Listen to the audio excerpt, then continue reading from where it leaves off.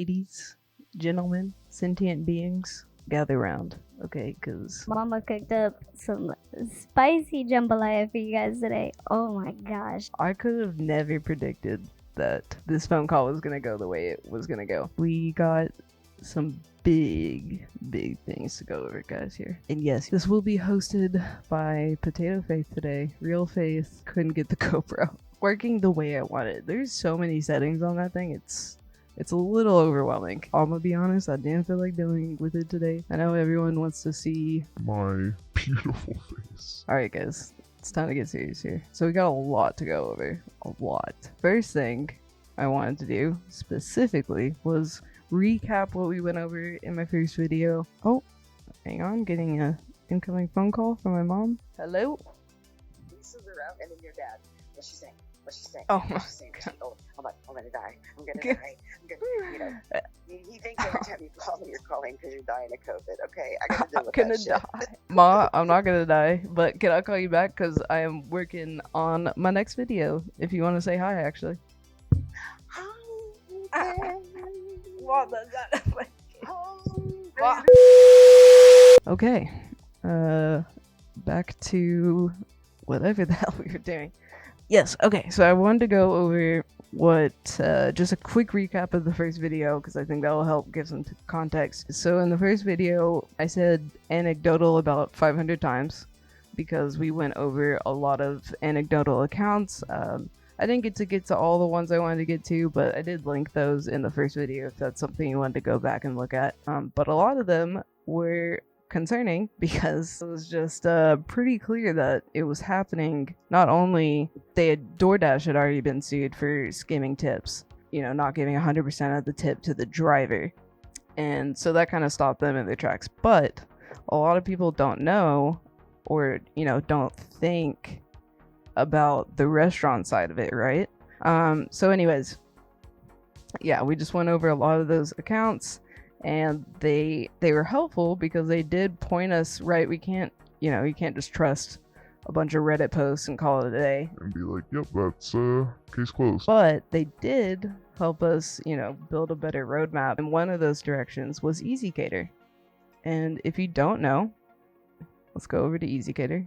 EZCater is a service that just basically acts as, like, you know, another middleman to the middleman, basically. So you have let's sketch this here. So right, we have well, I like the brush one. Go for that. So we have basically you, the customer, little happy customer. Look at you. We'll give you a little top hat. How about that? There you go. Alright. So you, the customer, you're very happy. Oh god. It's terrible. You're very happy. Okay, so here's the customer. And there's a few options, right, that the customer can have that will result in a DoorDash driver delivering their food. Okay? So on one route, you can order through the customer app, right? On the other side, you can order through the merchant website. Oh god, this is getting bad. It's hard to draw with a mouse. Merchant website, right? And in the middle of that is where EZCater comes in, okay? That's where these guys come in. They are the middleman to your middleman, basically. Because there's a lot of overlap that will occur that will result in a merchant, even though you placed your order through their website, they can use EZCater to then redirect that to the customer app and, you know, get a third-party driver. And that is where the issues come in, okay? Because there is not one, not two, but 3 different ways of you can use like easy dispatch. There's multiple ways to send out an order that will result in a third-party courier, such as DoorDash, you know, Uber Eats, Grubhub, coming to deliver the food. But what happens before that driver gets there and before the order is sent to them, so there's this option called direct entry, right? Say you're the restaurant owner, you just received that order from Panera, you know, a couple tomato bowls, strawberry something, whatever. So you get that, and direct entry is exactly what it sounds. You directly enter the information into another management system they have called EZManage. Who is to keep them honest? Who's to keep them from, you know, say Rebecca she only got 2 tomato bowls and, you know, a slice of bread, but she really wanted to be generous to her driver today, and so she gave him like a, you know, $100 tip or something crazy, right? Do you not think a restaurant owner that is struggling and sees that, you think he's really gonna give all that $100 to that delivery driver that he probably already hates, and, you know, the delivery service, be it Uber Eats, DoorDash, whatever, is probably taking more money from him than he ever wanted, but he has to use these apps in order to survive and appease a market that came out of thin air? Well, this guy that I called is going to explain why that may happen. So, this phone call, just to give you some context. Yeah, so I called EZCater, called him at this number, but it took me like 4 or 5 times to get the audio right. And for this phone call, I got a little bit into character. Okay, I need to play a vulnerable character. And apparently I thought the best character for that would be a little old lady who just got a catering order to her church. But yeah, I'll let you guys listen to the call really fast, and then we will reconvene.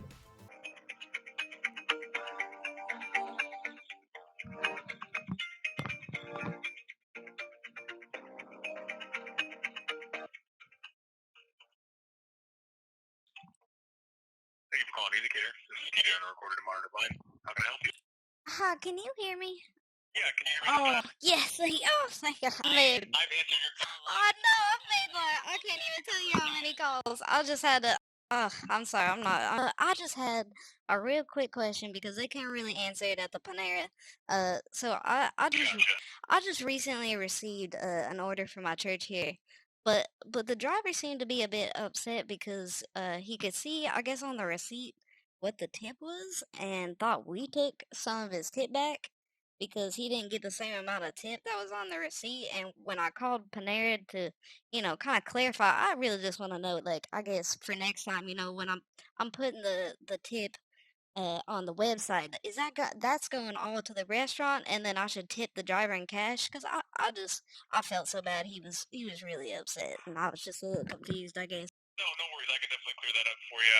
First and foremost, just want to apologize for that. I don't really, find that driver's behavior super professional. Yeah. So I apologize that you had to deal with that. It's Do okay. you have the order number for the one that you were working on? So I can pull it up, put some eyes on it. I don't actually, because I'm just a volunteer here. I was just calling so we knew in the future, the tip. Should we be tipping the driver in cash? The tip on the websites that go to the restaurant. We were just trying to clarify that. Gotcha. So, there's kind of 3 scenarios that could have happened. Basically, the first scenario is that the catering partner has their own drivers, and so the tip goes straight to the restaurant, and they tip out their drivers themselves. The second scenario is that the catering partner is unable to do deliveries, so they use our dispatch team.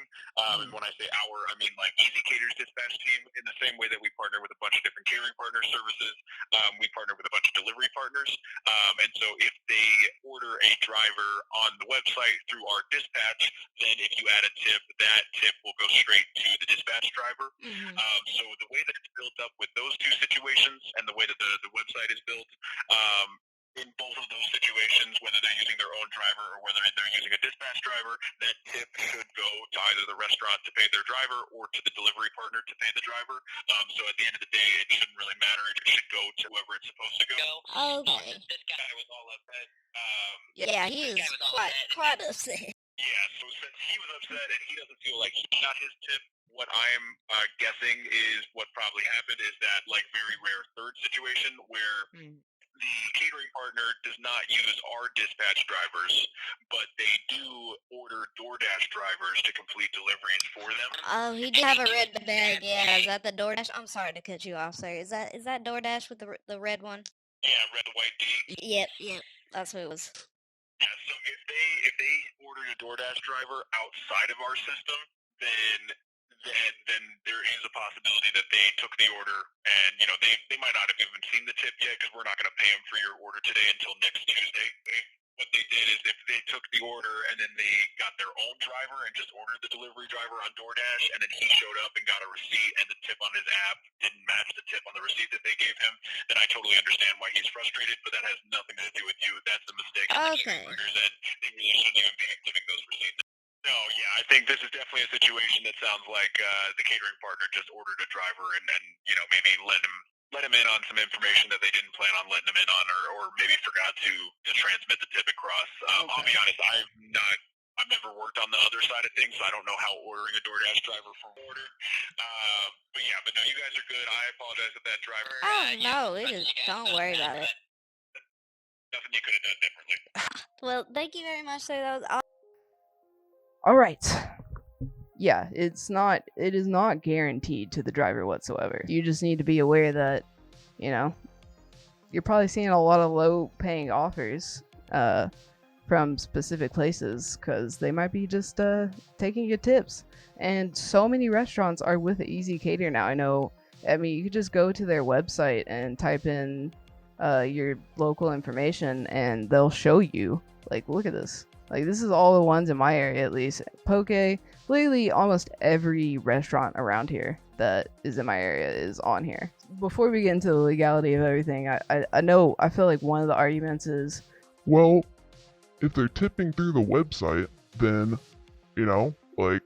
that tip should go to the restaurant. but my thing is, right, that's fine. Like, I understand if people want to tip the restaurant, but also, if you really want to be honest about it and not just pre-assume that the customer checking out understands that the tip on the website is going to the restaurant and not the driver. You should make it clear on your website and give 2 alternative tipping options. You can enter 1 tip for the driver and you can enter 1 tip for the restaurant.